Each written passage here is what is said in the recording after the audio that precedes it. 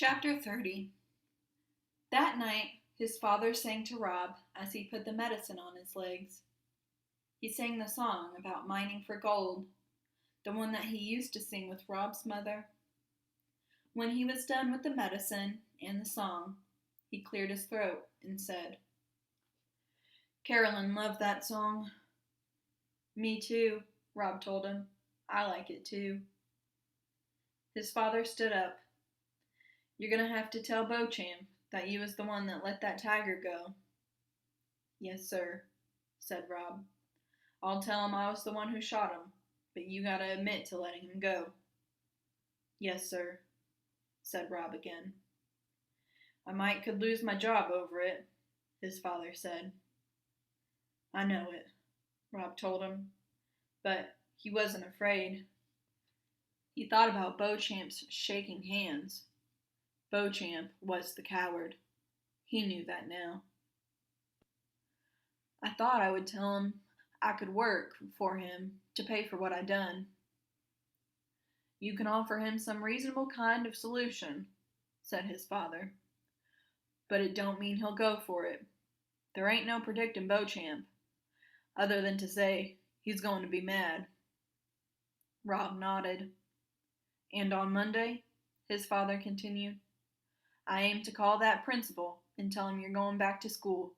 I ain't messing around with taking you to no more doctors. You're going back, and that's that." "Yes, sir," said Rob. He didn't mind the thought of going back to school. School was where Sistine would be. His father cleared his throat. "It's hard for me to talk about your mama. I wouldn't never have believed that I could miss somebody the way I miss her. Saying her name pains me." He bent his head and concentrated on putting the cap on the tube of medicine. "But I'll say it for you," he said. "I'll try, on account of you." Rob looked at his father's hands. They were the hands that held the gun that shot the tiger. They were the hands that put the medicine on his legs. They were the hands that had held him when he cried. They were complicated hands, Rob thought. "You want some macaroni and cheese for dinner?" his father asked, looking back up at Rob. "That sounds all right," said Rob. "Macaroni and cheese sounds real good." That night, Rob dreamed he and Sistine were standing at the grave of the tiger. They were watching and waiting. He didn't know for what. But then he saw a flutter of green wings, and he understood. It was the wooden bird, only he wasn't made of wood. He was real. And he flew up out of the tiger's grave, and they chased him, laughing and bumping into each other.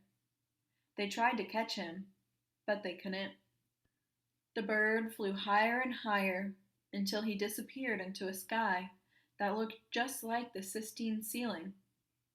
In his dream, Rob stood and stared up at the sky, admiring all the figures and the colors, watching as the bird disappeared into them.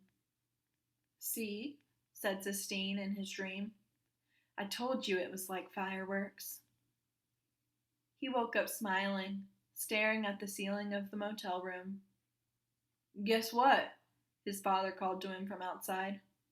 "What?" said Rob back. "There ain't a cloud in the sky," said his father. "That's what." Rob nodded. He lay in bed and watched the sun poke its way through his curtain. He thought about Sistine and the tiger he wanted to make for her. He thought about what kind of wood he would use and how big he would make the tiger. He thought about how happy Sistine would be when she saw it.